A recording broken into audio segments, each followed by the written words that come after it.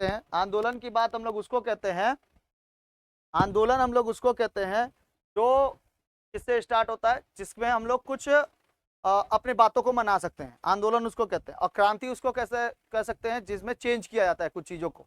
जैसे 1857 का विद्रोह भी था, 1857 की क्या थी, क्रांति भी थी, ठीक है। 1857 में विद्रोह भी था और क्रांति भी थी। तो आज हम लोग को इसी विद्रोह और क्रांति के बारे में देखना है। विद्रोही क्या क्या थे और कौन कौन लोग थे, कहाँ कहाँ पे कैसा विद्रोह हुआ था, इसके बारे में आज हम लोग को देखना है। चैप्टर 3 है क्लास 10 का, वेस्ट बंगाल बोर्ड का। जितने भी हिंदी मीडियम के स्टूडेंट हैं उन लोग के लिए प्लेलिस्ट टोटली बन चुका है। 1 और 2 चैप्टर टोटली हम लोग का खत्म हो चुका है। आज हम लोग को थर्ड चैप्टर स्टार्ट करना है, चैप्टर थर्ड, ठीक है। इसमें हम लोग को बहुत सारे विद्रोह के बारे में देखना है। अभी विद्रोह के बारे में क्या बताएं, जब कभी भी किसी के ऊपर अत्याचार होता है तो वो लोग सभी कोई मिलके क्या करते हैं, दूसरे के ऊपर जो अत्याचार करते रहता है उसके ऊपर वो लोग हमला बोलते हैं, उसी को क्या कहते हैं, विद्रोह कहते हैं। जैसे कोल विद्रोह, चुआर विद्रोह, मुंडा विद्रोह, ऐसे करके कई सारे विद्रोह थे और उन लोग के कोई ना कोई नेतृत्व करने वाले थे। डेट टाइम हम लोग को याद रखना है, ध्यान से समझना है कब कब डेट में हुआ था और कब कब ये सारे के सारे आंदोलन फैले हुए थे, ठीक है। उसको याद रखना है। लास्ट में एमसीक्यू रहेगा, एमसीक्यू सॉल्व करके उसके बाद घर चल जाएंगे। समझ में आ गया? और आप लोग वीडियो ऑफ कर दीजिएगा। देखा जाए आज हम लोग चैप्टर 3 स्टार्ट है। देखिए किताब की आपको जरूरत नहीं पड़ेगी, टोटली हम लोग किताब से ही एक अच्छे से नोट्स बना के इसमें रखे हुए हैं और वहीं से हम लोग को देखना है बढ़िया तरीके से। कौन कौन से विद्रोह हैं उसके बारे में हम लोग जान लेते हैं, समझ लेते हैं। सबसे पहले विद्रोही के बारे में समझते हैं। देखिए चैप्टर का नाम है प्रतिरोध और आंदोलन। चैप्टर का नाम है प्रतिरोध और आंदोलन। औपनिवेशिक वन कानून और आदिवासी प्रतिक्रिया। इसमें जितना तर आप लोग को जो भी सुनाई देगा वो सब के सब क्या है, आदिवासी हैं। आदिवासी उनको कहते हैं जो लोग जंगलों में रहते हैं, ठीक है। क्या कहते हैं, कृषि करके अपना खेती बाड़ी करके अपना जीवन चलाते हैं। और अगर अगर अंग्रेज उसके ऊपर चले गए, अगर वहां पे चले गए तो वो क्या करेंगे, जमीन को हथिया लेंगे। और जमीन किसी का अगर चला जाता है तो बहुत ज्यादा दुख होता है, तो वो लोग क्या कर देते हैं, विद्रोह कर देते हैं। उसी विद्रोह को इसमें पढ़ना है, प्रतिरोध के बारे में पढ़ना है।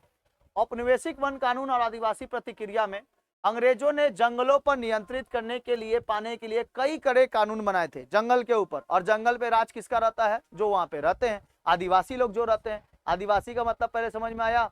कुछ कुछ ऐसे टर्म्स हैं जहां पे नहीं समझ में आएगा, जैसे आदिवासी, विद्रोह, क्रांति, ये सब नहीं समझ में आएगा तो पूछ लेना। विद्रोह का मतलब है किसी के, अगर तुम्हारे ऊपर अत्याचार हम करेंगे, बोलेंगे कि आज क्लास आए हो, हम बोले कि नहीं पढ़ाए, आज छुट्टी, ठीक।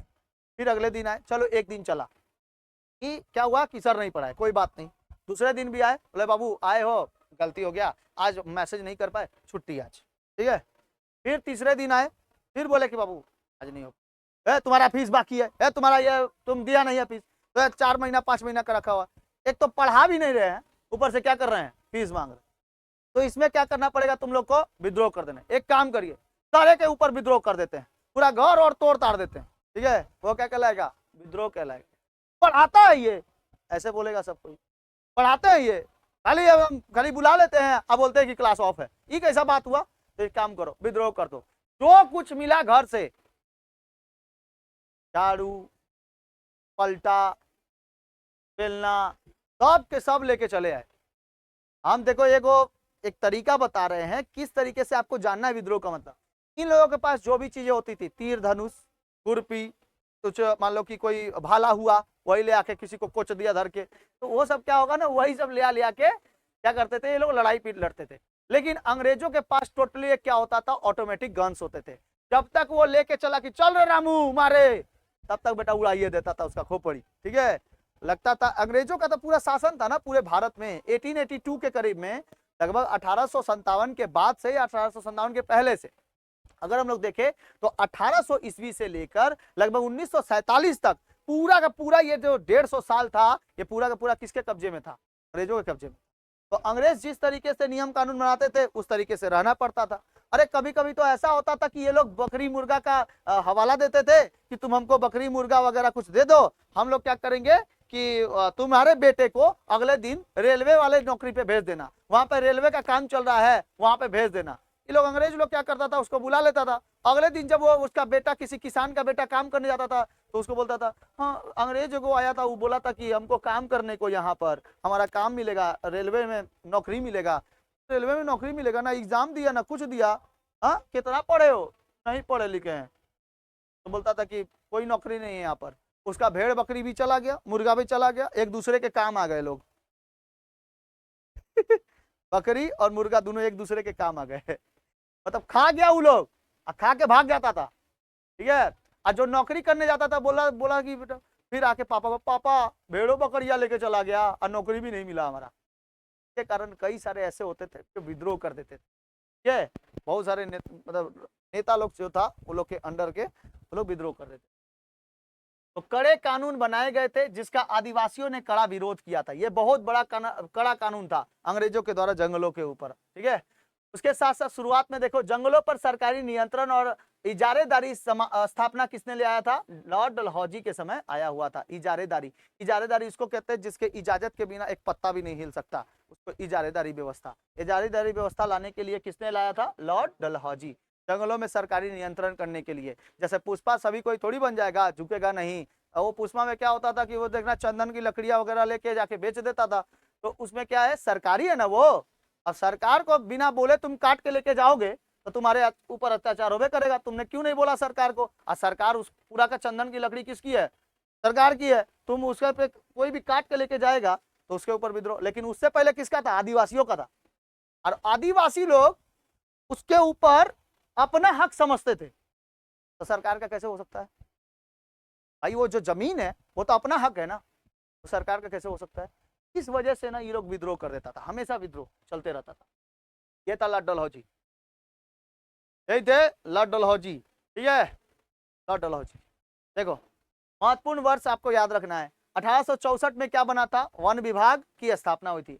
1865 में प्रथम वन कानून पारित हुआ, वन विभाग जो बना। अब देखो ये लोग सभी के सभी आदिवासी कहाँ पे रहते थे? जंगलों के अंदर। आज भी आदिवासी बसते हैं, जैसे झारखंड, पलामू, उस सब जगह के एरिया के इलाकों में ना आज भी आदिवासी लोग बसते हैं, ठीक है। आदिवासी लोग के पास उतना ज्यादा टेक्नोलॉजी नहीं है, आदिवासियों के पास उतना ज्यादा पढ़ाई लिखाई नहीं है, आदिवासियों के पास उतना ज्यादा हॉस्पिटैलिटी नहीं है, मतलब हॉस्पिटल्स वगैरह नहीं है। वो दूर दूर तक जाते हैं और उन लोग के साथ हमेशा अत्याचार होते रहता है। अंग्रेज भी करते थे, आज भी उन लोग के साथ अत्याचार हो रहा है। उन लोग को पढ़ाई लिखाई ठीक से नहीं मिल पाता है, ठीक है। इसीलिए वो लोग नक्सलीज ज्वाइन कर लेते हैं। देश के अंदर रह के देश के खिलाफ बोलना नक्सलीज कहलाता है। देश के खिलाफ चल जाना क्या कहलाता है? मतलब देश के सरकार के खिलाफ चल जाना वो क्या कहलाता है? नक्सलीज कहलाता है। देश में सरकार अगर उसको ठीक तरीके से मतलब उसको देख रेख नहीं करेगी ना। अब देखो हमारे पूरे देश में समानता का अधिकार है, तो आदिवासियों को भी समान दर्जा देना चाहिए। वो लोग कहीं पर भी जाते हैं ना तो उन लोग को उतना नजरिए से नहीं देखा जाता है। उन लोग का रिपोर्ट अगर कहीं लिखाने जाते हैं ना पुलिसों के पास, तो पुलिस लोग बोलता है कि कुछ अपना गिरवी रखो, सामान गिरवी रखो, उसके बाद हम तुम्हारा रिपोर्ट लिखेंगे। ये कौन सा बात हुआ? अंग्रेज अब मतलब जो अमीर है उनके रिपोर्ट बहुत अच्छे से लिख लेंगे, और जो गरीब है, जो आदिवासी है, उनका रिपोर्ट नहीं लिख पाइएगा। उसके लिए कुछ रखना पड़ेगा गिरवी, ठीक है। तो इस कारण से ये लोग क्या हो जाते थे? एकदम गुस्सा हो जाते थे। बेटा अमीर लोगों के लिए ये लोग ठीक है, सामंत, जमींदार, ठेकेदार, इन लोग के लिए ये लोग का केस बन जाता है आराम से। हमारी बहू बेटियां उठा के लेके चल जाता है तो उस समय केस नहीं बनाता है, ठीक है। तो इसी कारण इन लोग हमेशा झगड़ा कर लेते थे, विद्रोह कर देते थे अंग्रेजों के। और बताया आपको विद्रोहों के वजह से इतने खतरनाक मारे मारे गए अंग्रेजों को, इतना खतरनाक मार मार, मतलब वो अपने घर में है ना, उस घर में सोया है तो सुतले है, उसको जला दिया पूरा, उसके घर को गया जल जाता था पूरा। इन लोगों के पास आग की बहुत ज्यादा ताकत थी। आग किसके पास? आदिवासियों के पास। तीर धनुष चलाता था तो ऐसा चलाता था ना, इधर सीधे लगता था, सीधे या तो गले में या तो यहाँ पर सीधे स्पॉट डेट होता था अंग्रेजों को अगर लगता था तो तीर धनुष ले। उसी में एक तीर धनुष चलाने वाले थे खतरनाक, सिद्धू और कानू, ठीक है। सिद्धू और कानू संथाल विद्रोह में पढ़ाएंगे। 1878 में दूसरा वन कानून बनाकर सरकार ने अपने अधिकारियों को क्या कर दिया गया? बढ़ा दिया गया। 1900 में भारत की जमीन का 5वां हिस्सा आरक्षित सरकारी जंगलों में बदल दिया गया, मतलब कि इसको रिजर्वेशन कर दिया गया। मतलब अगर आप उसमें काम करने जाओगे तो सबसे पहले आपका जो आईडी है, आईडी प्रूफ है, वो किसको देना पड़ेगा? सरकार को देना पड़ेगा। 19वीं शताब्दी में पूरा 5वां हिस्सा किसका हो गया? जंगलों में बदल गया, मतलब जंगल वाले में बदल दिया गया। और ये जंगल पे कब्जा हो गया किसका? आदिवासियों से छोड़कर अंग्रेजों में चला। समझ में आ गया? तो ये डेट से याद रखना है। 1864 में वन विभाग, 65 में प्रथम वन कानून, 78 में दूसरा वन कानून, और 1900 में 5वां हिस्सा जो था वो किसका था? अंग्रेजों का था। मतलब हर एक जमीन पे 5वां हिस्सा किसका होगा? अंग्रेजों का होगा। मतलब 1/5। ठीक है, 5 गो अगर किसी का जमीन है तो उसपे से 1 गो जमीन किसका होगा? अंग्रेज का होगा। 1 गो 1 किसका होगा? अंग्रेज का होगा। जैसे मान लो इसका 5 कट्ठा जमीन है तो उसकी 1 कट्ठे जमीन पर किसका हिस्सा होगा? अंग्रेजों का होगा। देना है तो दो, नहीं तो पांचों का पांचों कट्ठा जमीन ले लिया जाएगा। इतना खतरनाक था। ठीक है, आगे देखो, प्रमुख किसान आंदोलन कौन कौन से हैं? रंपा विद्रोह, गुदेम विप्लव, ये 19वीं शताब्दी में हुआ था। थाने के किसानों पर संघर्ष हुआ था 1896 में। उत्तराखंड में अहिंसात्मक आंदोलन हुआ था 1906 में। और बक्सर का युद्ध विद्रोह हुआ था 1910 में। ये डेट्स आपको याद रखने हैं। नेक्स्ट देखते हैं चुआर विद्रोह। सबसे पहला विद्रोह यहाँ पे देखते हैं हम लोग, चुआर विद्रोह। कौन सा विद्रोह? चुआर विद्रोह। देखिए चुआर विद्रोह ऐसा ही था, ये चुआर विद्रोह इसी तरीके से हुआ था पूरा। अंग्रेजों के पास देखो क्या क्या है, बंदूकें हैं ना, अंग्रेजों के पास बंदूकें हैं, इन लोगों के पास नॉर्मल सा तलवार भाला, ठीक है, तीर धनुष, यही सब होते थे इन लोगों के पास होते थे। मतलब किसके पास? विद्रोहियों के पास। और अंग्रेजों के पास बढ़िया तरीके का बंदूक होता था। ठीक है, चुआर विद्रोह जो था, यह विद्रोह ब्रिटिश ईस्ट इंडिया कंपनी के दोषपूर्ण भूमि की राज व्यवस्था के लिए खिलाफ था। मतलब ब्रिटिश ईस्ट इंडिया कंपनी हर एक जगह पे, जिस जगह पे जाती है वहां से उसका स्थान उसी का हो जाता है। मतलब अगर उस पैर रख दिया ना, उसका परछाई पड़ गया, देखा कि इतना दूर तक जमीन है किसी का, किसी भी अगर आदिवासियों का है, सब ले लो, कंपनी डालेंगे यहाँ पर। का मतलब हुआ पैर रखा तो तुम्हारी हो गई मतलब परछाई रखेगा तो तुम्हारा जमीन, ऐसे कैसे हो सकता है? इस वजह से इसके ईस्ट इंडिया कंपनी के दोषपूर्ण भूमि के राजस्व व्यवस्था के लिए था। मेदिनीपुर में फैला था, बांकुड़ा में हुआ था और दलभूम में इलाके में हुआ था। 3 जगहों पर सबसे खतरनाक हुआ था। मेदिनीपुर बंगाल में, मेदिनीपुर, बांकुड़ा बंगाल वाला हिस्सा, और दलभूम। ठीक है, दलभूमि भी इसको कहते हैं। समय सीमा कब की है? यह विद्रोह 4 चरणों में हुआ, 2 चरणों में हुआ था। कितने चरणों में? 2 चरणों। पहला चरण जो था इसका, वो 1760 से लेकर 1797 तक था, पहला चरण। पहले चरण में ना ये लोग को कुछ बुझाया ही नहीं कि हम विद्रोह करें कि नहीं करें, अंग्रेज हम लोग का क्यों ले रहे हैं जमीनें, ये बुझाया ही नहीं है विद्रोहियों को। दूसरे चरण में इतना खतरनाक मार मारा कि पूरा का पूरा वो लोग को, अंग्रेजों को आधी से आधी जमीन छोड़ के भागना पड़ा। लेकिन क्या हुआ? ये विद्रोह का दमन हो गया। आपको याद रखना है कि जितने भी विद्रोह हुए हैं उन विद्रोहियों का पूरा दमन हो चुका है। दमन कहने का मतलब उसका पतन हो चुका था। पतन होने का मतलब द एंड, मतलब विद्रोही जीत नहीं पाए थे अंग्रेजों से। क्यों? सबसे बड़ा कारण था कि इन लोग के पास आधुनिक हथियार नहीं थे। हथियार थे भी, किसी से अंग्रेजों से छीनते भी थे तो चला नहीं पाते थे, क्योंकि पूरा का पूरा ट्रेनिंग नहीं था। और अंग्रेजों के पास ट्रेनिंग होती थी। इन लोगों के पास तीर धनुष था, लेकिन तीर धनुष कितना दूर तक जा सकता है? उतना रेंज तक नहीं। ठीक है, साथ साथ भाला था, जब तक चला के लेके आके मारने वाला था तब तक इन लोगों को मार देता, उड़ा देता। किसी के बहू बेटियों को उठा के लेके चल जाता तो किसान क्या कर लेता? अपना मतलब सुसाइड कर लेता, ऐसा हो जाता था। तो विद्रोहियों के पास जाने की वजह से क्या होते थे कि ये लोग छुप छुप कर मारते थे। गोरिल्ला पद्धति जानते थे अंग्रेज, ठीक है, छुप छुप कर मारने वाला, तो वो भी पद्धति जानते थे। लेकिन इन लोगों के पास केवल क्या था? जंगलों में छुप छुप के मारेंगे। लेकिन जंगल में भी युद्ध बहुत खतरनाक होता था। ठीक है, ये लोग जहां तहां पेड़ काट काट कर लेके चले जाते थे।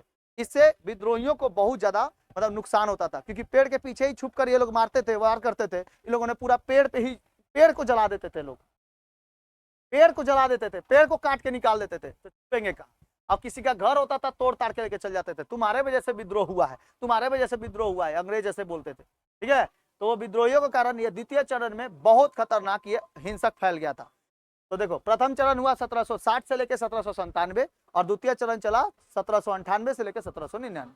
ये केवल कितने साल चला? 1 साल। और ये लगभग देखो 37 साल तक चला। प्रथम चरण में 37 साल तक चला था, विद्रोह खाली चल रहा था। मुख्य कारण क्या था? लॉर्ड कॉर्नवालिस जो है बहुत बदमाश आदमी था। लॉर्ड कॉर्नवालिस का अस्थाई बंदोबस्त, परमानेंट सेटलमेंट, मतलब कि हम लोग यहाँ पर जिस जगह पर हाथ रखे वो हमारा। और कैसे? 1-2 साल के लिए नहीं, परमानेंट के लिए। तुम्हारे घर पर अगर हम हाथ रख दे, अब बोले कि ये घर हमारा है, अभी 2 साल 3 साल के लिए नहीं रखेंगे, परमानेंट रखेंगे, ये गुस्सा हो जाएगा कि नहीं?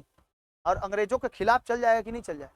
ये मेरे खिलाफ चल जाएगा कि नहीं चल जाएगा? और सबको एकजुट कराएगा। देखे देखना, सर हमारा घर पे हाथ रख दिए तो बोले हमारा है, ठीक ऐसा बात हो गया। ठीक है, अंग्रेजों का है, कैसे हो सकता है? ठीक, तो कोई जमींदार आता था ना, कोई जमींदार आता था, उन लोगों को लूट के लेके चल जाता था। जमींदार आया, ठेकेदार आया, ये भारतीय ही होते थे, लेकिन अंग्रेजों के अंडर में काम करते थे।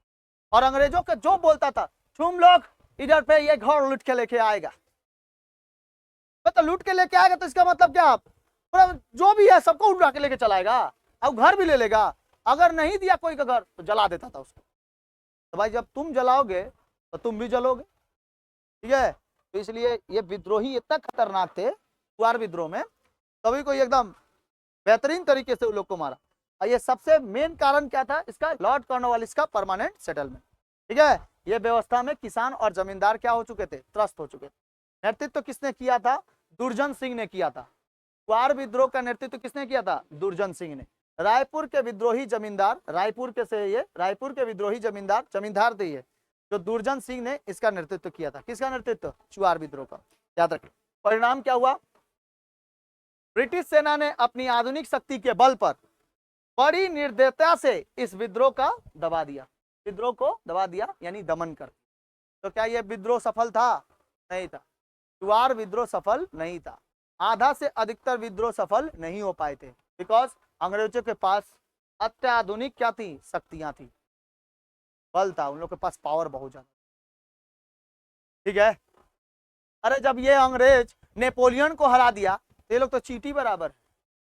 नेपोलियन को हरा दिया अंग्रेज, इंग्लैंड वाला लोग, इंग्लैंड वाला लोग ने हमारे ऊपर कब्जा करके रखा हुआ था, तो वो लोग हरा दिया नेपोलियन को, तो हम लोग कहाँ हैं, नहीं है, ठीक है।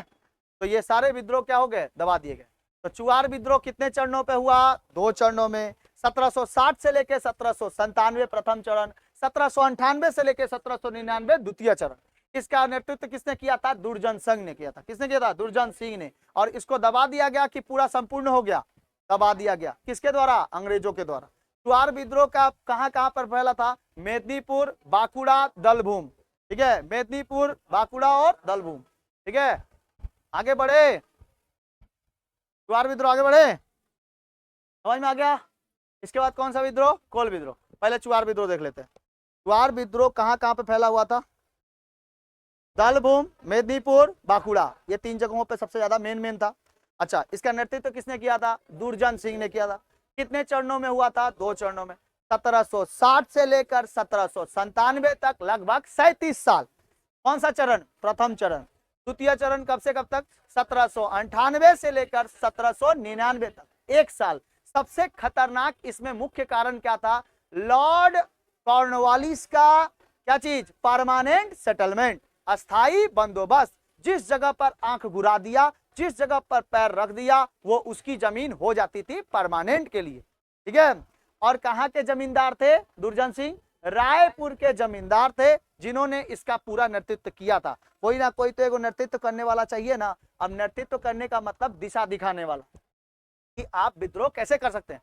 अब रायपुर के जो ये जमींदार थे वो अंग्रेजों के साथ ही काम करते थे। तो बताओ तो अंग्रेजों की अच्छाइयां और बुराइयां दोनों जानते होंगे, है ना। इसलिए उन लोगों में बुराई देखी गई और अंग्रेजों का दमन करने के लिए ये इनके साथ जुड़ गए, ठीक है।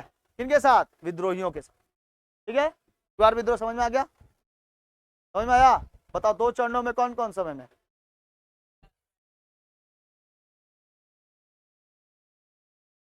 1960 था।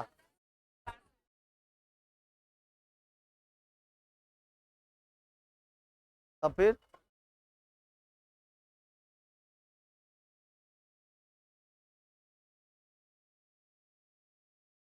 बोल बबनी, कब से कब तक, 2 चरणों को बताओ, 2 चरणों में बताओ।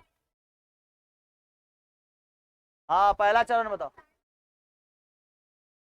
हाँ, 97 उसको कहते हैं। हाँ, उसके बाद दूसरा चरण, दूसरा चरण तुम बताओ अपनी, तुम ही को बोल रहे हैं, मेरा आंख काना है का, बता, ऐसे बोल रहे हैं, बोलो जल्दी। दूसरा चरण कब से कब तक,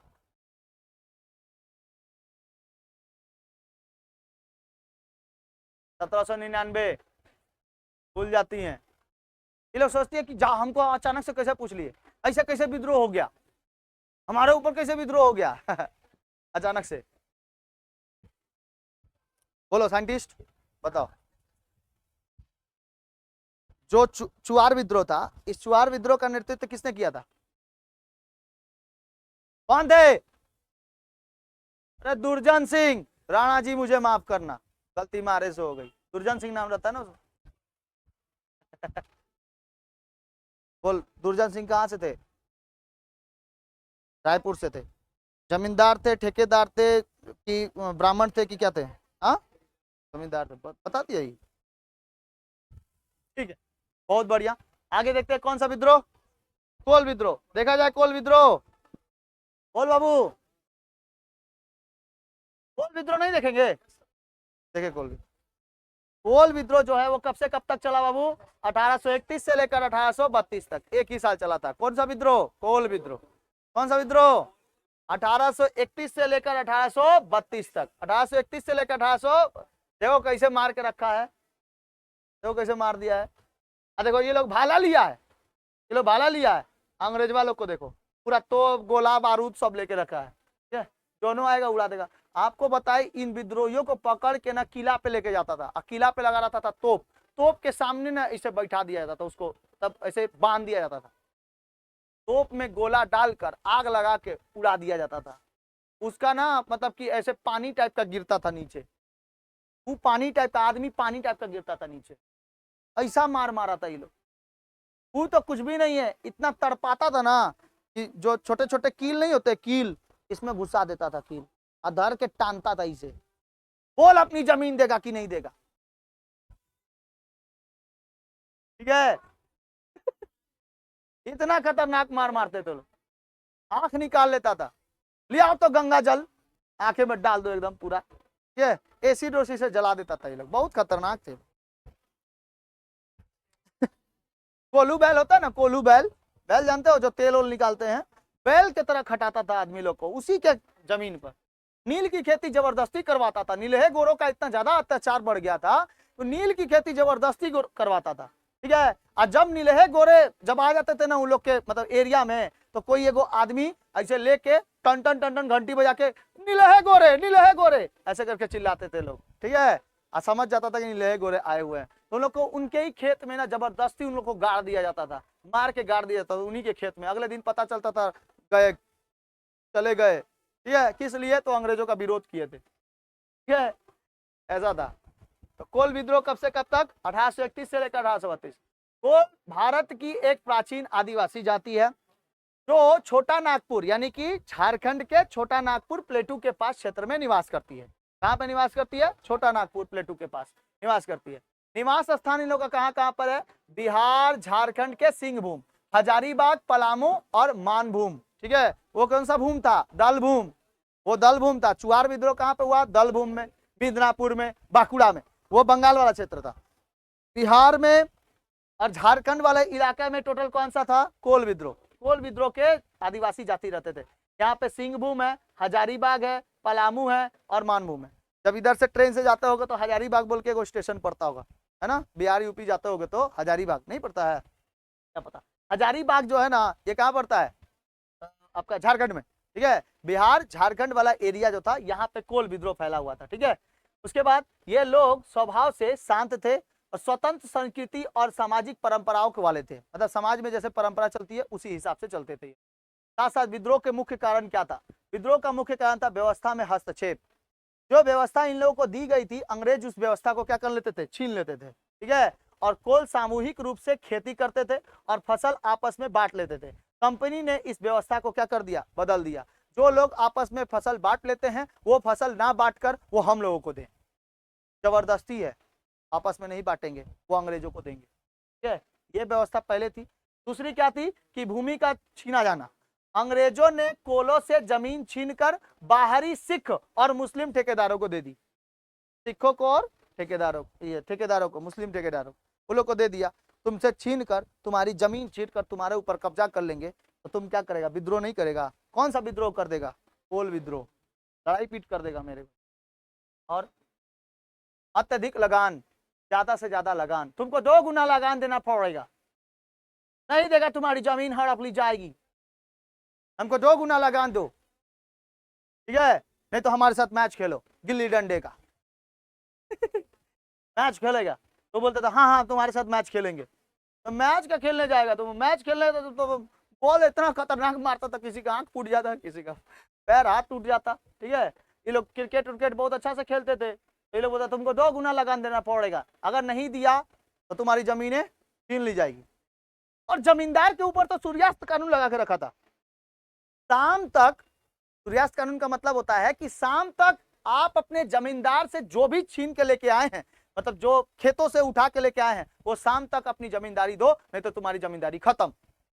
अब जमींदार लोग भी जो होते थे ना, मतलब जो जमीन का देखा जोखा करते हैं उसको क्या कहते हैं, जमींदार कहते हैं। तो जमींदार लोग भी जो देखते रहे, देख रेख करते थे ना, उनकी जमीनें हड़प लेता था ये अंग्रेजवा। ठीक है भाई, अब जाए तो जाए कहाँ। जमींदार बोलता था कि जो भी फसल उगाए हो उसका आधा % हमको दे दो हमको। तो बोलता था महाराज इस बार तो 100 किलो हुआ है, गेहूं 100 किलो ही हुआ है। तो 100 किलो में हुआ है तो क्या हुआ, 90 किलो हमको दो, अंग्रेजों को देंगे 60 किलो, 30 किलो अपने रखेगा, तो 30 किलो हमारे पास क्या बचेगा। तो 10 किलो में अपना तुम परिवार चलाओ। और पूरा एक गांव बराबर परिवार है, 10 किलो में हो जाएगा। ठीक है, बोलता कि ठीक है, तो बोलता कि अब करे तो करे क्या। तो उसके कारण क्या होता ना, इन लोग की खेती छीन ली जाती, खेती जमीनें बहुत ज्यादा छीन ली। तो अत्यधिक लगान, देखो नए ठेकेदार द्वारा भारी लगान वसूलने के कारण कोल समुदाय ने भारी असंतोष फैला, जिसके परिणाम स्वरूप 1831 में उन्होंने विद्रोह कर दिया। तो बाबू, अगर हम अंग्रेजों को देंगे सीधे के सीधे तो उससे कोई दिक्कत नहीं, लेकिन क्या होता था कि ये लोग जितने भी लोग होते थे ना, वो लोग सबसे पहले ठेकेदार को देते थे। अंग्रेजों ने अपना क्या रखा हुआ था, एक ठेकेदार रखा था। और ठेकेदार किसको देते थे, जमींदार को देते थे। जमींदार मतलब कि जो भी हिस्सा हुआ वो किसको मिलेगा, जमींदार। और जमींदार जाके सामंत को देता था। किसको देता था, सामंत। और सामंत जाके किसको देता था, अंग्रेजों को।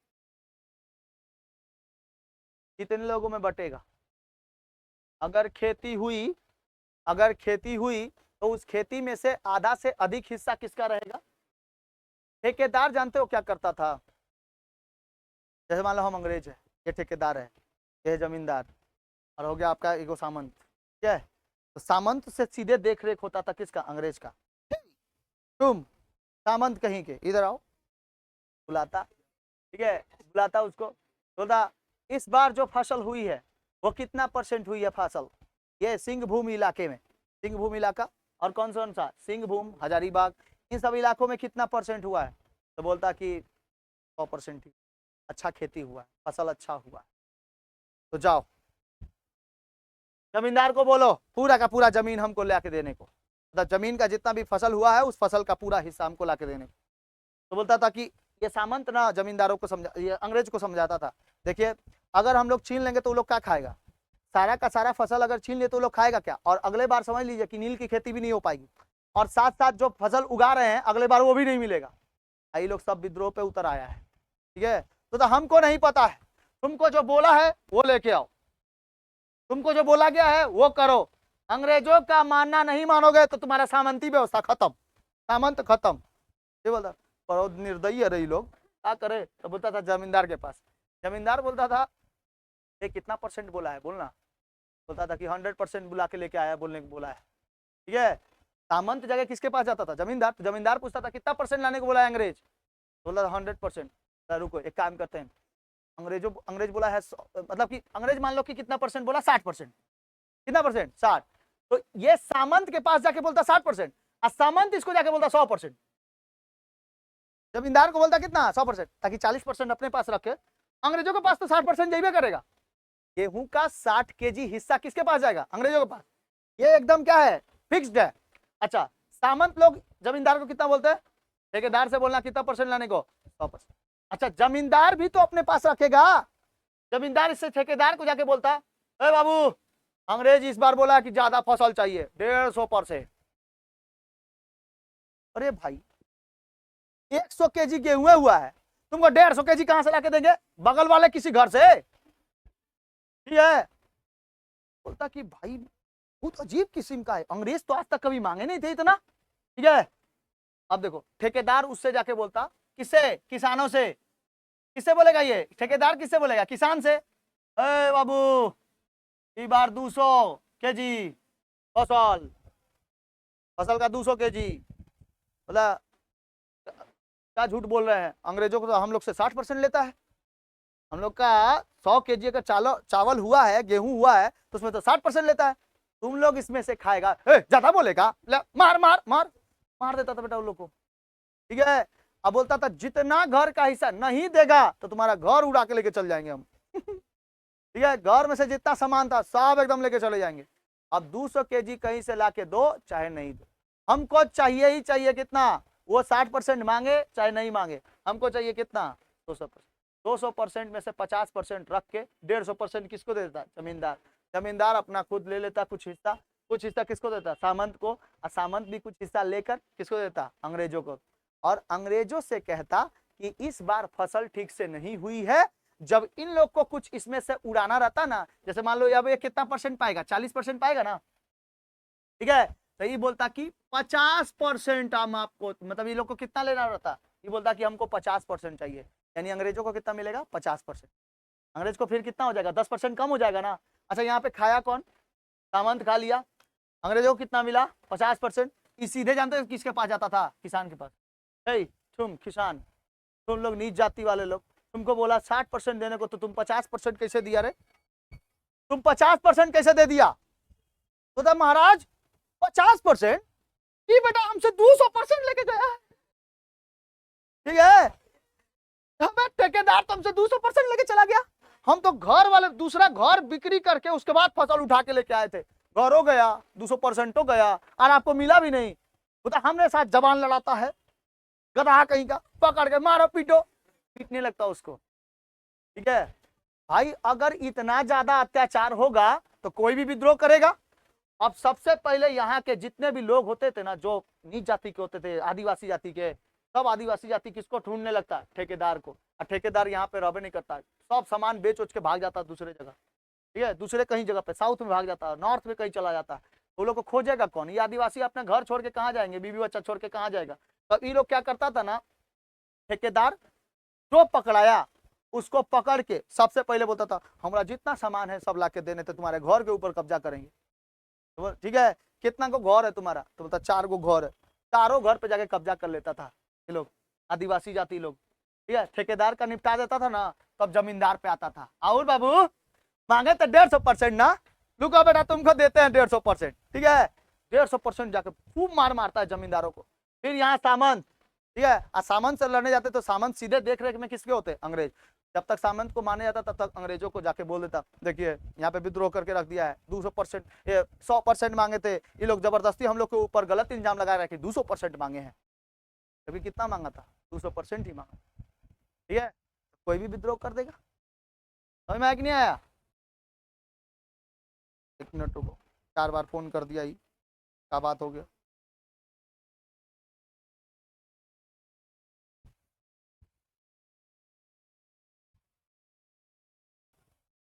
जमींदार सीधे फोन करके किसको बता देता, अंग्रेजों को, देखिए हमको मारने आ रहा है, बचाइए हम लोगों को। कोई कोई अंग्रेज जा पाते थे और कभी कभी अंग्रेज नहीं जा पाते थे, जमींदार को भी मार देता था, जमींदारों को मार देते थे ये लोग, ठीक है ना। तो 1831 में इन्होंने क्या कर दिया था, विद्रोह कर दिया था, बहुत खतरनाक विद्रोह। ठेकेदारों के ऊपर तो सबसे ज्यादा विद्रोह होता था, और ठेकेदार के क्यों क्यों विद्रोह होता था, समझ गए। सीधे कितना लेता था 200%, कहाँ से होगा, 100% खेती हुआ है और फसल हुआ है, और ऊपर से तुमको 200% कहाँ से लाके दे। अंग्रेज ये सब नहीं कुछ बोलते थे, ये लोग बिचवा में पैसा लूट लेता था, ठेकेदार जमींदार, ठीक है। आगे बढ़ते हैं, ध्यान से देखो आगे। कोल विद्रोह का प्रसार और दमन, कोल विद्रोह का प्रसार कैसे हुआ और साथ साथ दमन यानी निरंतरता कैसे चली। तो कोल विद्रोह का आरंभ कब हुआ था, 1831 में बुद्धू भगत ने किया था। किसने किया था, बुद्धू भगत, ठीक है, यही है बुद्धू भगत। कौन है, बुद्धू कहीं का, वो नहीं, बुद्धू, ठीक है, बुद्धू भगत है। बुद्धू भगत के नेतृत्व में कहां पे हुआ था बाबू, रांची में, झारखंड की राजधानी रांची, रांची के क्षेत्र में हुआ था, ठीक है। आगे देखो, इसमें यह विद्रोह हजारीबाग, पलामू, सिंहभूम, मानभूम के क्षेत्रों में हुआ था। साथ साथ सहजातियां कौन कौन सी थी, कोलो के साथ औराव और मुंडा आदिवासी जातियों ने इसमें विद्रोह का भाग लिया था, मुंडा विद्रोह। अब इसके बाद मुंडा विद्रोह ही पढ़ेंगे, ठीक है। नेतृत्व किसने किसने किया था, बुद्धू भगत के साथ साथ केशव भगत, जोआ भगत और नरेंद्र शाह के नेतृत्व में इसका विद्रोह हुआ था। विद्रोह का क्या क्या किया था, नेतृत्व किया गया था, कौन कौन, जोआ भगत, बुद्धू भगत, केशव भगत, जोवा भगत, केशव भगत और बुद्धू भगत, और एगो नरेंद्र शाह। 3 गो भगत से नाम याद रखो, कौन कौन? बुद्धू भगत, जोवा भगत और केशव भगत, और एगो कौन से? नरेंद्र शाह। इनके नेतृत्व में कौन सा विद्रोह हुआ? कोल विद्रोह। कौन सा विद्रोह? कोल विद्रोह। ठीक है, कब से हुआ था? 1831 में। और दमन किस कारण हो गया? वही बात, दमन सब में एगो कॉपी पेस्ट मार देना। अत्याधुनिक हथियार अंग्रेजों के पास सेम थे, अच्छे थे, उन लोगों ने इन लोगों का दमन कर दिया, बिकॉज इन लोगों के पास कुछ भी उतने अत्याधुनिक हथियार नहीं थे। इन लोगों के पास तलवार, भाला, तीर धनुष यही सब होते थे, इसलिए इस विद्रोह का क्या हो गया? दमन हो गया। समझ में आ गया? विद्रोह का स्वरूप, विद्रोहियों ने सरकारी खजाने का देखो कचहरियों और थानों पर आक्रमण किया, बाहरी ठेकेदार यानी सिख और मुसलमान के घरों को जला दिया और उनकी जमीन पर कब्जा कर लिया। ले बेटा, तुम हमारे जमीन पे कब्जा करोगे, हम तुम्हारे जमीन पे कब्जा करेंगे। अब कब्जा करके पूरा सिखों को, मुसलमानों को जो ठेकेदार बन के रखे थे अंग्रेजों ने, ठीक है, ठेकेदार बना के रखा था, उन लोग को भी जलाया, उन लोग को भी मारा। और साथ इन लोग को ना कोनो मतलब नहीं रहता है तुम सिख हो, हिंदुस्तानी हो, क्या हो, मुसलमान हो, इससे मतलब नहीं है। तुमने हमारी जमीन के ऊपर कब्जा किया है, हम तुम्हारे ऊपर कब्जा करेंगे। ठीक है, इनके घरों के ऊपर ना जा जाके सब लोग अपने हिसाब से बिस्तर उस्तर जो रहता था उसी पे 1 दिन 2 दिन आराम से सो के आता था। ये लोग इतना विद्रोह किया था। ठीक है, दमन कैसे हो गया? तो वही ब्रिटिश सेना ने अत्याधुनिक हथियारों का उपयोग किया, विद्रोह को दबाया। 1832 ईस्वी में बुद्धू भगत मारे गए और विद्रोह क्या हो गया? समाप्त हो गया। ठीक है, ये पूरा विद्रोह समाप्त हो गया 1832 में। तो कोल विद्रोह कहां पर फैला हुआ था? झारखंड के रांची से स्टार्ट हुआ था, सिंहभूम, मानभूम और हजारीबाग, इन सब जगहों पे, पलामू, इन सब जगहों पे यह विद्रोह पूरा फैला हुआ था। 1831 में चालू हुआ था, 1832 में बुद्धू भगत मारे गए, जिसके वजह से ये दमन हो गया और इसका पतन हो गया, विद्रोह पूरा स्थप हो गया। और साथ साथ क्या याद रखना है आप लोगों को कि इसमें नेतृत्व किसने किसने किया था? तो बुद्धू भगत, केशव भगत, जोवा भगत और एक तो नरेंद्र शाह। ठीक है, चुआर विद्रोह बताइए कितने चरणों में हुआ था? कौन कौन से समय में? 1707 से लेकर 1797, 1798 से लेकर 1799। चुआर विद्रोह के नेता दुर्जन सिंह, कहाँ के जमींदार? रायपुर के जमींदार। कितने चरणों पे हुआ था? 2 चरणों। ये वाला कितने चरणों में खत्म हुआ? 1 ही चरणों में खत्म हुआ। ठीक है, कौन सा विद्रोह? कोल विद्रोह। बताइए कोल विद्रोह कहां से कहां तक, कब से कब तक? 1831 से लेकर 1832 तक। कौन नेतृत्व किए थे? बुद्धू भगत, केशव भगत और जोवा भगत और एगो नरेंद्र शाह की महेंद्र शाह? नरेंद्र शाह, गुड। ठीक है, कहां कहां पे हुआ था? सिंहभूम, मानभूम, सिंहभूम, मानभूम, हजारीबाग, पलामू। सिंहभूम, मानभूम, हजारीबाग, पलामू। ठीक है, कहां पे पड़ता है ये? रांची, झारखंड। ठीक है, रांची, झारखंड। आगे बढ़े, इसमें क्या अंग्रेजों को मारा गया था? मारा गया था, साथ साथ जमींदार और ठेकेदार दोनों पिटाए थे। ठीक है, आगे देखिए, संथाल या हूल विद्रोह। संथाल विद्रोह या हूल विद्रोह तो देखते हैं कब से कब तक चला? 1855 से लेकर 1856 तक। 1855 से लेकर 1856। संथाल विद्रोह के नेता हैं सिद्धू और कान्हू। सिद्धू और कान्हू, कान्हू है, हाँ, सिद्धू और कान्हू। देखिए, संथाल एक शांति प्रिय और परिश्रमी आदिवासी जाति थी। मानभूम, वीरभूम, सिंहभूम, मिदनापुर जैसे क्षेत्रों में रहती थी। यह अपनी आजीविका के लिए वनों पर निर्भर थे, मतलब वन जितने ज्यादा होंगे उतना ज्यादा ये आजीविका अपने चला पाएंगे, और इनकी अपनी विशिष्ट सामाजिक और सांस्कृतिक पहचान थी। संथाल विद्रोह कब से कब तक हुआ? 1855 से लेकर। ये केवल ऐसे आदमी थे जिन्होंने तीर धनुष लेकर अंग्रेजों को एकदम मजा चखा दिया था, अंग्रेजों को मारा था एकदम खतरनाक तीर धनुष से, और इससे ना डरते थे लोग। अंग्रेज ये सोचते थे कि संथालियों के पास चले जाएंगे ना, अगर बातचीत भी करने जाएंगे तो गला उतार के रख देगा, और सच में ऐसा होता था। ये लोग ना गला उतार के ना पेड़ों पे टांग देता था सब अंग्रेजों का, और अंग्रेज देखो, oh my God, this is very horrible. ठीक है, ऐसे खाली देख देख के ऐसा लगता था कि बाप रे बाप, इतना डरावना कैसे हो सकता है। ठीक है, ये लोग इतना खतरनाक थे संथाल। इन लोग को देख लोगे ना, देख रहे हो बॉडी वॉडी इतना खतरनाक था, एकदम हट्टा कट्टा होता था यार। ये लोग को देख के ऐसा लगता था कि कोनो जंगल का राक्षस आ गया है। ठीक है, लेकिन ये लोग नेतृत्व जो किए थे ना, बहुत अच्छा तरीके से किए थे संथाल विद्रोह। संथाल विद्रोह को हम लोग हूल विद्रोह भी कहते हैं। कौन सा विद्रोह? हूल विद्रोह। ठीक है, कौन सा विद्रोह कहते हैं बाबू? हूल विद्रोह कहते हैं। ध्यान से देखिए, संथाल परगना या संथाल परगना का गठन हुआ। लॉर्ड कॉर्नवालिस के अस्थायी बंदोबस्त कब लाया गया था? 1793 के कारणों से संथालों ने भूमि जमींदारों को अधीन चली गई। अब भागलपुर के कलेक्टर की अनुमति से संथाल राजमहल की पहाड़ियों में जाकर बस गए। संथाल कहाँ चले गए? राजमहल की पहाड़ियों में। और इसी यही क्या कहा गया? संथाल परगना कहा गया। कौन सा परगना? संथाल परगना। किसके वजह से? कलेक्टर के वजह से। भागलपुर के कलेक्टर थे, उन्होंने बोला कि भाई तुम लोग यहाँ से चले जाओ इसको छोड़कर, नहीं तो अंग्रेज तुमको ही मार देंगे। ये लोग संथाल जहाँ पे जाते थे, संथाली जहाँ पे जाते थे, वही उनका वो घर हो जाता था। जिस जगह पे गए ये लोग, कौन सी पहाड़ी पे गए? राजमहल की पहाड़ी पर, वही उनका क्या बन गया? घर बन गया। और संथाल परगना, अंग्रेज वहां पे भी नहीं छोड़ा, वहां पे भी जाके खूब मार मारा इन लोगों को। ठीक है, संथाल विद्रोह के मुख्य कारण क्या थे? सबसे पहला कारण भू राजस्व, लगान। ठीक है, भू राजस्व यानी लगान। संथालों ने कड़ी मेहनत से अपने जंगली जमीन को खेती के योग्य बनाया था। वहां पे तो केवल जंगल ही जंगल था ना, खेती योग्य तो था नहीं। तो उसने कैसो कैसो करके वहां पे जंगल वंगल काट काट के अपना खेती योग्य बनाया। अच्छा, लेकिन सरकार ने उन पर भारी लगान थोप दिया। अब अस्थायी बंदोबस्त था, लॉर्ड कॉर्नवालिस बोल के रखा हुआ था जिस जगह पे जाओगे वहां पर मेरा राज चलेगा, और वहां पे अगर जाओगे तो वहां पे आपको अपनी जमीनें वापस देनी पड़ेगी। इन लोगों ने इतना मेहनत करके, इतना परिश्रम करके पेड़ को काट काट के अपनी जमीनों को उपजाऊ बनाया था। और अंग्रेजों को क्या चाहिए था? उपजाऊ जमीन, ताकि नील खेती करवा सके।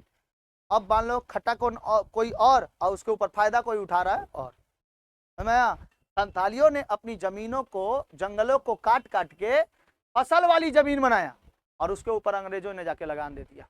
लगान लगाया, लगान, हमको ये लगान दो, इतना दो ना तो जमीन वापस करो।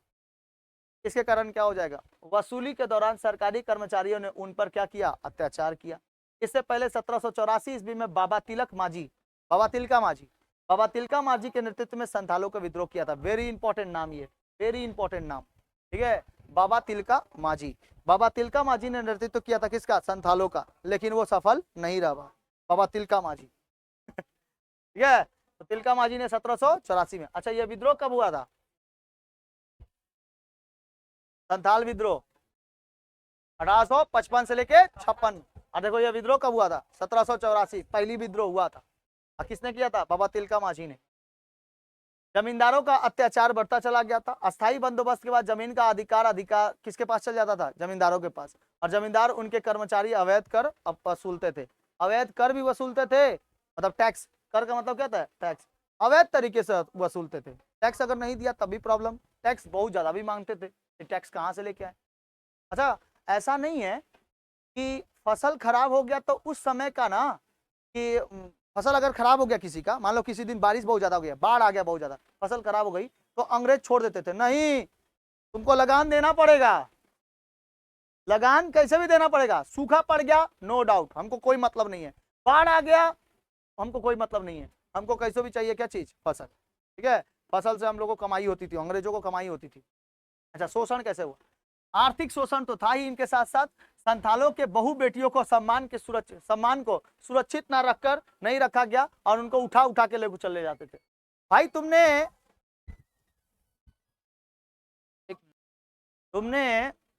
टैक्स बढ़ा दिया, चलो ठीक है, टैक्स ले लिया। तुम जमीन का आधा हिस्सा ले लिया अस्थायी बंदोबस्त के दौरान, वो भी ठीक है। बहु बेटियों को कहीं उठा के लेकर चल जा रहा है, इसके लिए तो विद्रोह होगा ही भाई। तो विद्रोह कर लेते थे लोग। ठीक है, इसके कारण भी क्या हो जाता था? विद्रोह हो जाता था। आगे देखो, ये थे कौन? सिद्धू और कान्हू। इन महान विद्रोह, हुल के मुख्य नायक सिद्धू और कान्हू थे इन महान विद्रोह का। और कौन सा विद्रोह था ये? संथाल विद्रोह। तो संथाल विद्रोह के नेता कौन हो गए? सिद्धू और कान्हू। कोल विद्रोह के नेता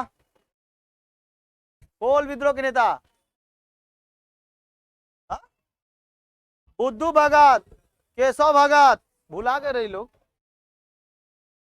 अचुआर विद्रोह के नेता दुर्जन सिंह।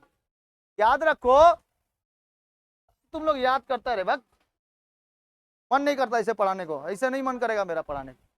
जवाब दिया करो। सिद्धू और कान्हू किसके नेता हैं? संथाल विद्रोह के। अचुआर विद्रोह के दुर्जन सिंह और केशव, बुद्धू भगत, ये लोग किसके नेता है? कोल विद्रोह के। नहीं याद रखता है तुम लोग। ठेकेदारों का अत्याचार होने लगा। अभी बताया आप लोग को। मजदूरी का शोषण, अंग्रेज ठेकेदार संथालों की जमीन पट्टे पर लेते थे और उन पर व्यापारी खेती करवाते थे, और संथालों में मजदूरी कराई की जाती थी मजदूरों को, लेकिन उसमें उचित मजदूरी नहीं मिलती थी। 18 घंटा का काम भी करवाता था, और जब पैसा लेने का बारी आता था तो कौन सा पैसा, कहाँ का पैसा, भागो यहाँ से, नहीं देता था पैसा ये लोग, ठेकेदार लोग, ठीक है। उसके साथ साथ क्या, देखो रेलवे निर्माण में दुराचार, देखो बहुत इंपॉर्टेंट है रेलवे निर्माण।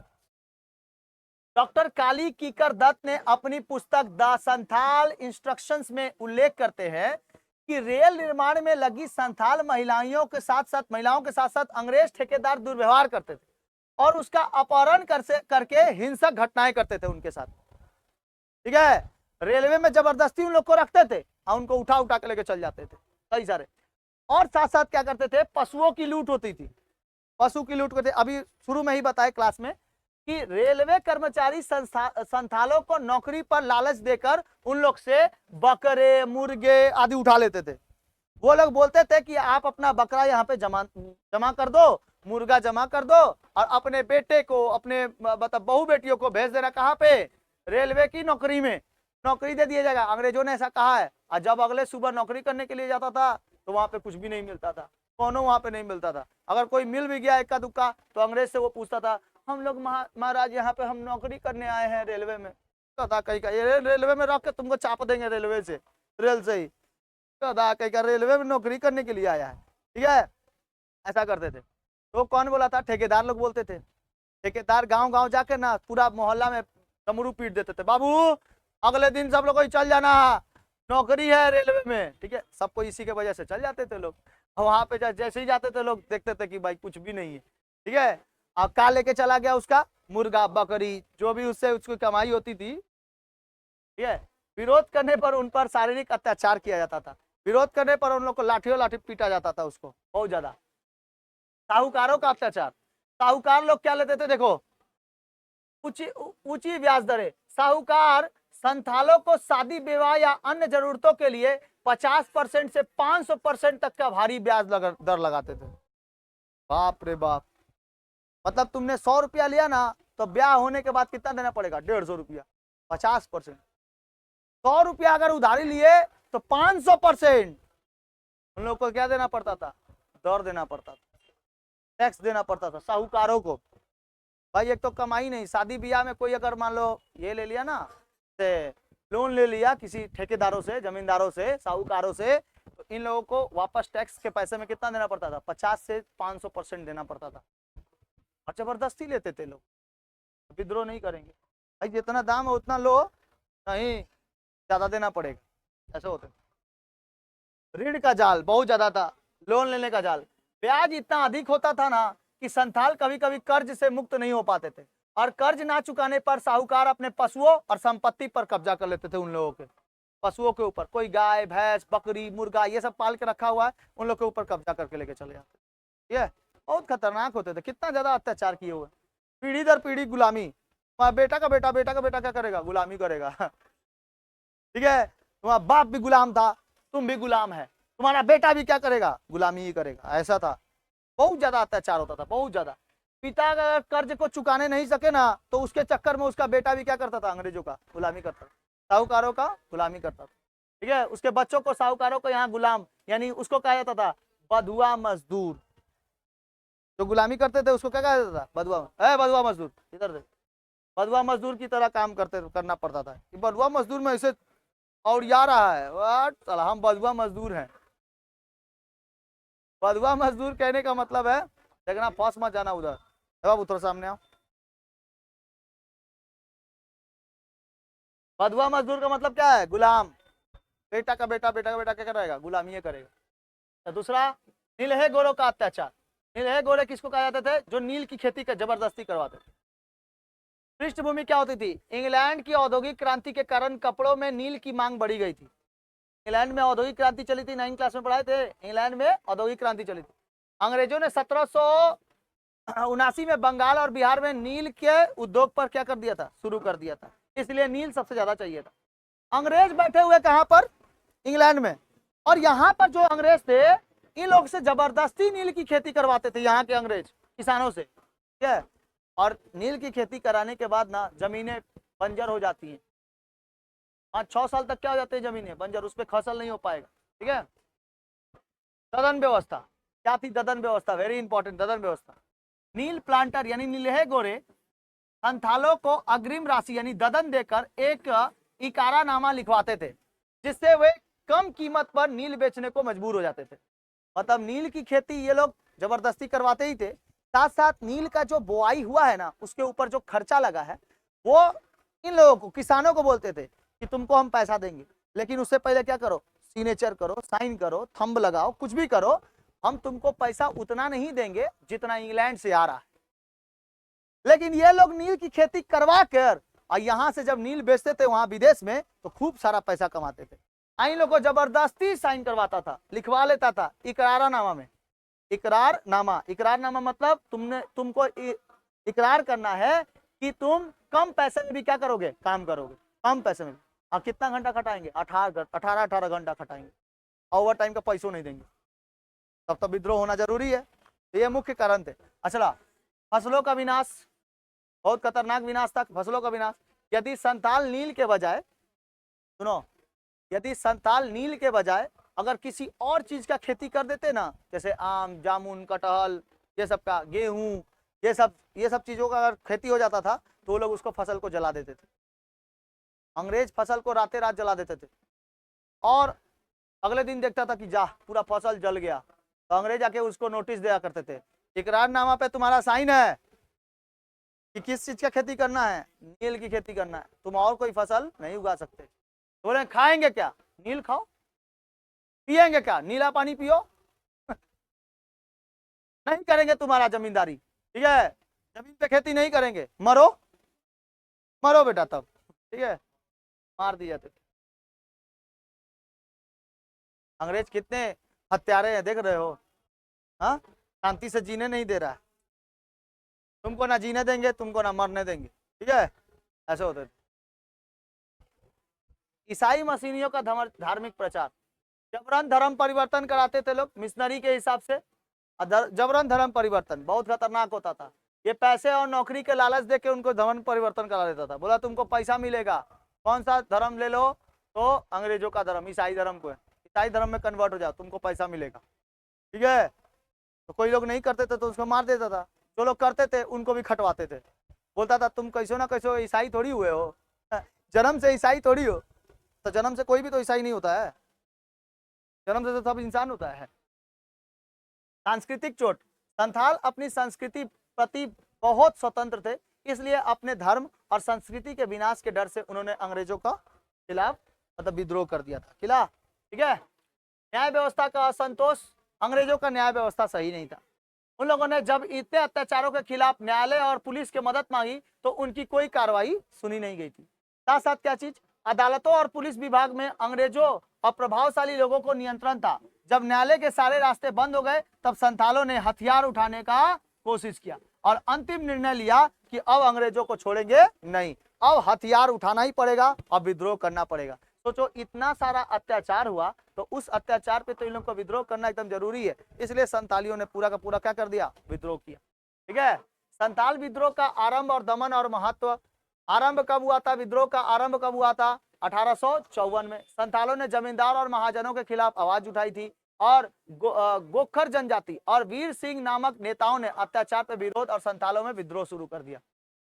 और भागनाडीही की घोषणा, संथालों को संगठित करने के लिए सिद्धू और कानून ने घोषणा की सरकार, अदालत, पुलिस उनके खिलाफ है, इसलिए उन्होंने अपने अस्तित्व के लिए खुद लड़ना शुरू किया, ठीक है। मुख्य घटनाएं आपको याद रखना, 1855 में लगभग 10,000 संथालों ने तीर धनुष के साथ विद्रोह का बिगुल फूंक दिया।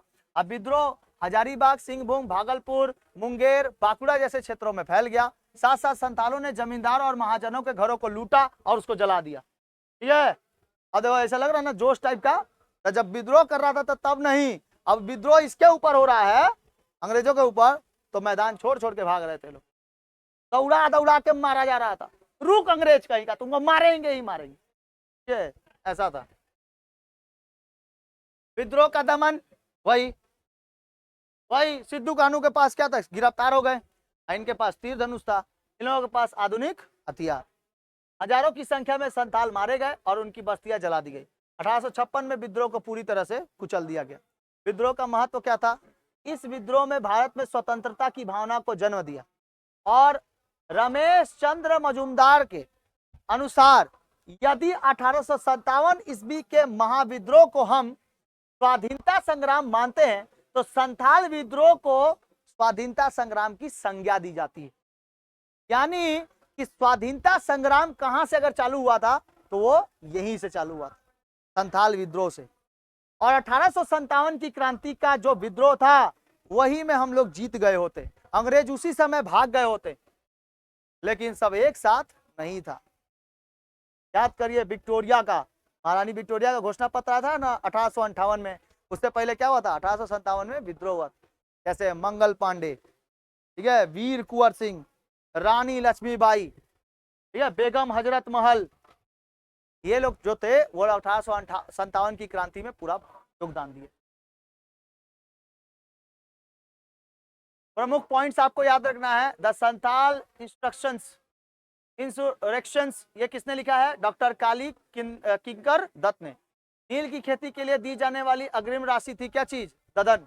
और ब्याज दर कितना था? 50 से 500। और नील उद्योग चालू कब हुआ था? 1779। भारत में वन कानून किस वर्ष पारित किया गया था? जल्दी बताओ। 1865। 1865 में। 64 कौन बोलता रहे? मार के गधा ना। चुआर विद्रोह के दूसरे चरण का नेतृत्व किसने किया था? बुद्धू भगत, सिद्धू भगत, दुर्जन सिंह कान्हू? दुर्जन सिंह। Next question. कोल विद्रोह 1831 से 32 मुख्य रूप से किस क्षेत्र में हुआ था? मेदिनीपुर, राजमहल की पहाड़ियां, छोटा नागपुर या वीरभूम? छोटा नागपुर। छोटा नागपुर कहाँ आता है? झारखंड। और पुरुलिया वाला जो क्षेत्र है ना, बांकुड़ा वाला, पुरुलिया वाला, उधरी पे छोटा नागपुर। संथालों ने किस क्षेत्र को संथाल परगना नाम दिया था? संथालों ने किस क्षेत्र को संथाल परगना नाम दिया था? किसको? राजमहल की पहाड़ियों।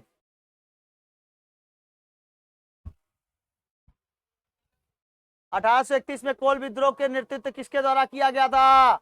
1831 में 1831 में तिलका मांझी, बुद्धू भगत, सिद्धू कान्हू, बिरसा मुंडा? कौन सा? बुद्धू भगत। बोलता है गधा कहेगा तिलका मांझी। तिलका मांझी तो 84 में ना? हाँ, 84 में ना, 1784 में ना उन्होंने पहली बार संथाल विद्रोह का ये किया। कोल, सॉरी, वो तो संथाल विद्रोह के थे, तिलका मांझी। द संथाल नामक पुस्तक किसने लिखा था? डॉक्टर काली किंकर दत्त। संथाल विद्रोह, हुल विद्रोह के प्रमुख नेता कौन थे? अरे संथाल के प्रमुख नेता कौन थे? सिद्धू और? तो बुला जा रहे हो इतना जल्दी, क्वेश्चन देखते ही आंसर होना चाहिए। नील की खेती के लिए दी जाने वाली अग्रिम धनराशि को क्या कहा जाता था? ददन कहा जाता था। ददन अभी पढ़ा है आपको, ददन। संथालों ने सबसे पहले किसके नेतृत्व में 1784 में विद्रोह किया था? बाबा तिलका। अस्थाई बंदोबस्त व्यवस्था किसके द्वारा लागू की गई थी? Lord Dalhousie, Lord Cornwallis, Lord Canning, Lord William Bentinck? Lord Dalhousie. कौन सा सेटलमेंट? परमानेंट। लॉर्ड कॉर्नवालिस के द्वारा। डलहौजी कहाँ? Lord Cornwallis. डलहौजी था। अस्थाई बंदोबस्त कहाँ पर? लॉर्ड कॉर्नवालिस है। लॉर्ड कॉर्नवालिस, लॉर्ड डलहौजी नहीं।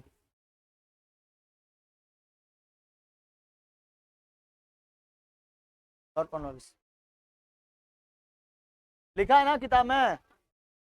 चलो, इतना समझ में आ गया सबको? कौन कौन से विद्रोह पढ़े आप लोग?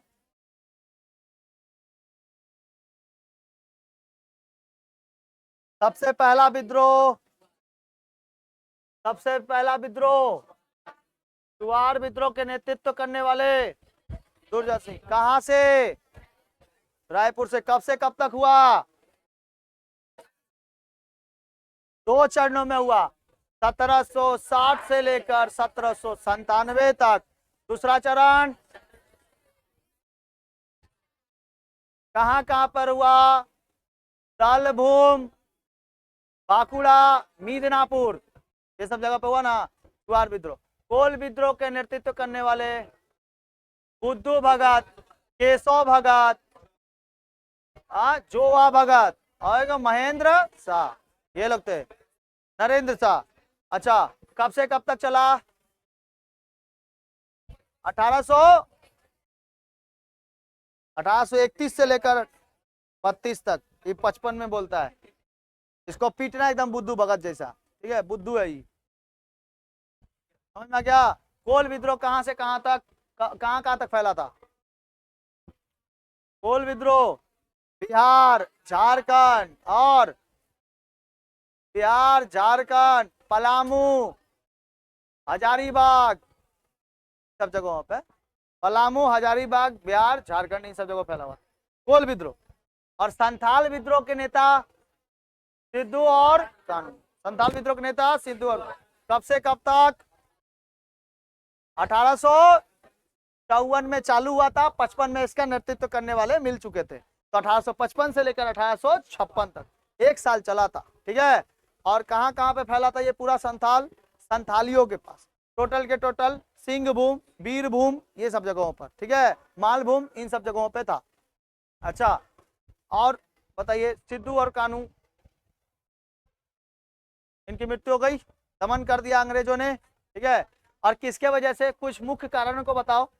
टैक्स का ज्यादा बढ़ोतरी होना 50 से लेकर 500%, नीलहे गोरों का अत्याचार, बहु बेटियों को उठा के लेके चले जाना, रेलवे कर्मचारियों के द्वारा अत्याचार, साहूकारों का अत्याचार, ये सब था ना पूरे अत्याचार, इसके कारण के वजह से हुआ था। तो प्रमुख कारण यही सब है। याद रखना, लॉन्ग क्वेश्चन में संथाल विद्रोह से क्वेश्चन आएंगे तो मुख्य कारण पूछे जाएंगे, ठीक है, कि संथाल विद्रोह का होने का मुख्य कारण क्या है, ठीक, याद रहेगा। तो संथाल विद्रोह का जो ये दिए हुए हैं, इसके मुख्य कारण आप लोग याद करके आइएगा। 6 को था ना, 3 गो इस साइड था, 3 गो इस साइड, ये मुख्य कारण आप लोग को याद करके आना है, कल आके लिखना है संथाल विद्रोह। तभी पढ़ाई होगा ना तो छुट्टी, समझ लेना, हम भी एकदम विद्रोही बन जाएंगे। हाँ, कल आके लिखना है। 6 कारण, 6 कारण था ना। संथाल विद्रोह के होने के कारण क्या क्या थे? नीलहे गोरों का अत्याचार था ना, ये सब, ये 6 का 6, 7 को कारण है, वो कारण को लिख के मतलब यहाँ पे आके लिखना है। कोई की कहते सुला देंगे। तुमको समझ में आया? तुमको समझ में आया? समझ में आया? कौन कौन सा विद्रोह पड़ी है? तुम ही से पूछ रहे हैं, बोलो। संथाल विद्रोह। संथाल विद्रोह का अनदर नाम क्या है? फूल विद्रोह। फूल विद्रोह नहीं, फूल पुष्पा समझ के फूल समझेगा, ठीक है। मिलते हैं नेक्स्ट क्लास में, तब तक के लिए